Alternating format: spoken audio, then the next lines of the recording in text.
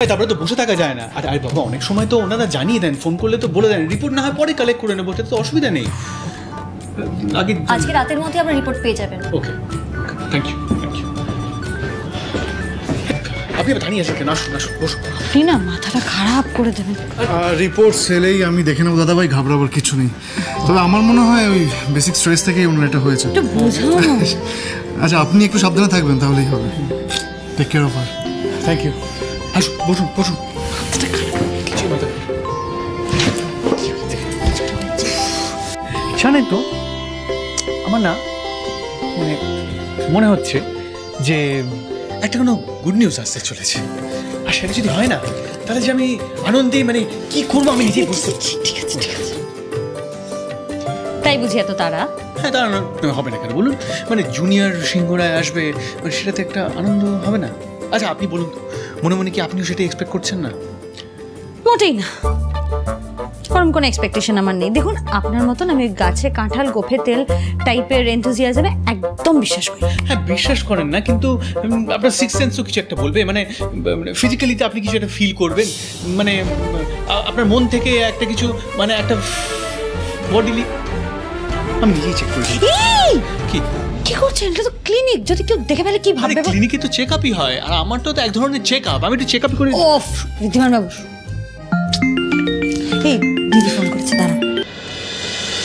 হ্যাঁ বল বোন। তোকে আমি সব রিপোর্টস কিন্তু পাঠিয়ে দিয়েছি, একবার চেক করে নি তুই। ওকে আচ্ছা আচ্ছা, দাঁড়া 1 মিনিট একটু ধর। কি হয়েছে? ওকে, কাজ হয়ে যাবে। বাই। ম্যাডাম বলছি, ডক্টর সুমন রায় এখানে কি আছেন? ডক্টর রয় উনি তো আজকে আসেননি, উনি তো ছুটিতে আছেন। কেন বলুন? আচ্ছা দেখুন, আপনি এই রিপোর্টটা দেখে কিছু বুঝতে? ওকে, থ্যাংক ইউ।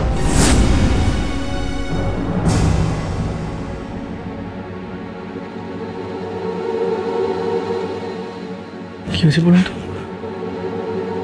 কি আবার হবে? দেখুন ঋদ্ধিমান বাবু, সত্যিটা তো সবাই জানতেই পারবে, তবে তার আগে আমাদের একটা বড় কাজ আছে, আর তার জন্য আগে আমাদের বাড়ি যেতে হবে।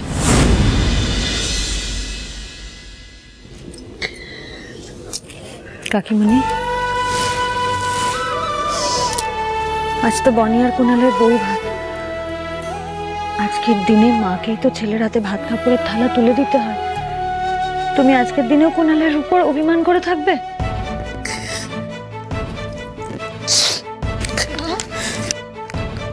দাদা যে অভিমান করে এতদিন এই বাড়ির বাইরে আছে, এটা কিন্তু শুধু তোমার জন্য। তুমি সেটা অস্বীকার করতে পারবে না। তুমি তো জানো মা, ওই বাড়ি ছেড়ে আমাদের কাউকে ছেড়ে থাকতে পারে না। ও তো তোমাকে ছেড়েই থাকতে পারে না মা। আরে বাবা, তো ওর কতটা কষ্ট হচ্ছে এখন। সে কষ্ট হচ্ছে রে? কিসে কষ্ট হচ্ছে? ও তো নিজের পছন্দের মেয়েকে বিয়ে করেছে, ভালো আছে, আমাকে ছেড়ে আছে তো। সত্যি আমি ভাবতেও পারিনি। কষ্ট তো আমার কপালে লেগে আছে ইমন, সে কষ্ট তো আমায় পেতেও হবে।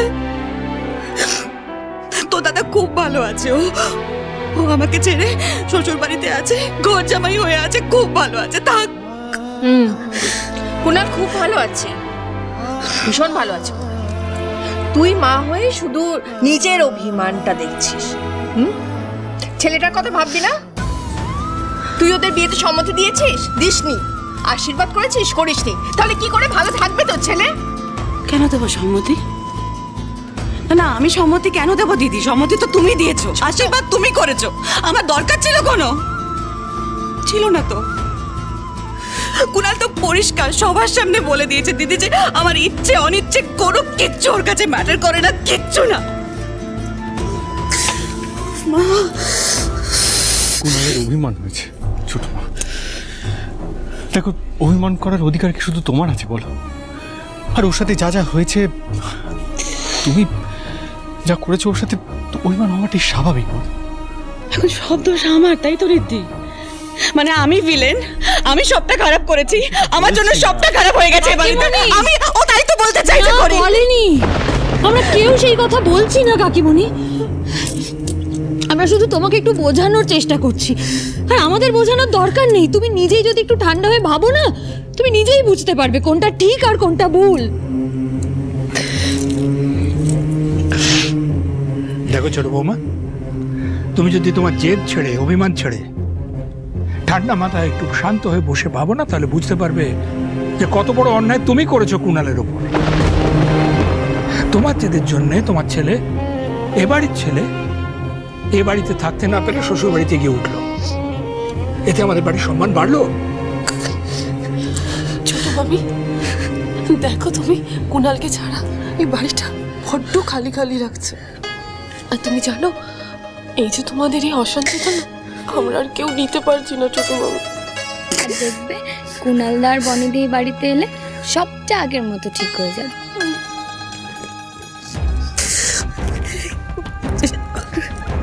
আমি একটা কথা কিছুতেই বুঝতে পারছি না যে কুণাল কি এমন অন্যায় করেছে যে তুমি এইভাবে কান্নাকাটি করছো। রাগ অভিমান কেন? কুণাল কাউকে ভালোবাসে, কাউকে ভালোবাসা অন্যায়, পাপ? ছোট বৌদি, কুণাল বনিকে ভালোবাসে। আর তুমি বোধহয় এখন ভুলেই গেছো যে একটা সময় এই বনিকে তুমি কত ভালোবাসতে। বনি কুণালকে কতবার বিপদের হাত থেকে বাঁচিয়েছে, আমাদের পরিবারটাকে বাঁচিয়েছে। আচ্ছা, তুমি কি করে ভুলে গেলে বলো তো? তোমাকে যখন গুন্ডারা কিডন্যাপ করে নিয়ে চলে গেল, তখন তোমাকে বাড়িতে সুস্থভাবে কে এনেছিল? বনি এনেছিল। অথচ দেখো আজই বনিকেই তুমি মেনে নিতে পারছো না। মানে আমি ভাবতে পারছি না ছোট বৌদি, যে মেয়েটা সব সময় আমাদের পাশে আছে, তাকে তুমি মানতে পারছো না। কাকিমণি, আমি আমার বোনকে চিনি, পরিবার ওর কাছে কিন্তু সবার আগে। আর কুণালকেও প্রাণ দিয়ে ভালোবাসে কাকিমা, তাতে কোনো খাদ নেই। যে পুলিশ ট্রেনিং নিয়ে তোমার এত প্রবলেম ছিল, সেটা আজও কমপ্লিট করেছে। আর শুধু ওর নিজের ইচ্ছের জন্য নয়, ও আমাদের বিপদে আমাদের পাশে দাঁড়িয়েছে, আমাদের সাহায্য করেছে সব সময়। আর তারপরেও তুমি শুধু তোমার কথা ভাববে, ওই মেয়েটার কথা একবারও ভাববে না।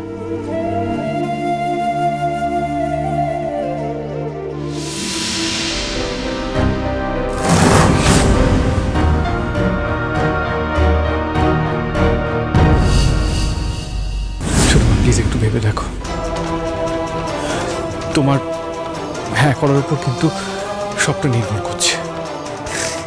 সেই তো, এখন আমার জন্যই সবকিছু আটকে আছে। আমি হ্যাঁ বললেই তো। আচ্ছা রীতি, তুই আমাকে একটা কথা বল, তোর ভাই জানে না?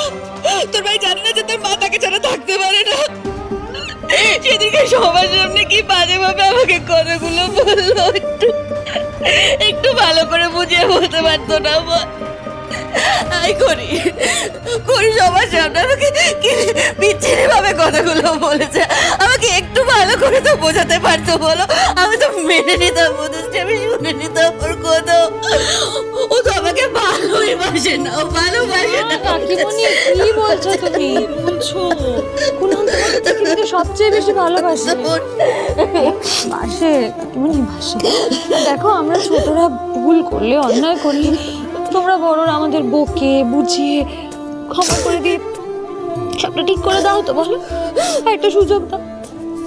তুমি পারবে না বনি আর কুণালকে ক্ষমা করে দিও, ওদের একটা সুযোগ দিতে? আমি তোমায় কথা দিচ্ছি, দেখো আমি বলছি, বনি তোমার মনের মতন এই বাড়ির যোগ্য বউ আমায় দেখাবে। ছোট বৌদি, তুমি বনিকে একটা সুযোগ দিয়ে দেখো, দেখবে তুমি তোমার অভিযোগের কোনো জায়গা থাকবে না। কি বাচ্চাদের মতো কান্নাকাটি করছে, একটা সুযোগ দাও না মেয়েটাকে, প্লিজ কাকিমা। কেউ কিচ্ছু বুঝতে পারছে না। দাদাকে ফিরে আনো না মা, প্লিজ মা,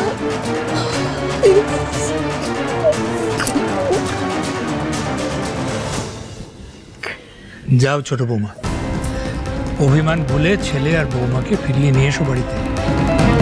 তোমার এই বুড়ো বাবাটা যে তার ছোট নাতি আর ছোট নাত বৌমাকে দেখার জন্য অপেক্ষা করছে। প্লিজ প্লিজ কাকিমা, প্লিজ প্লিজ।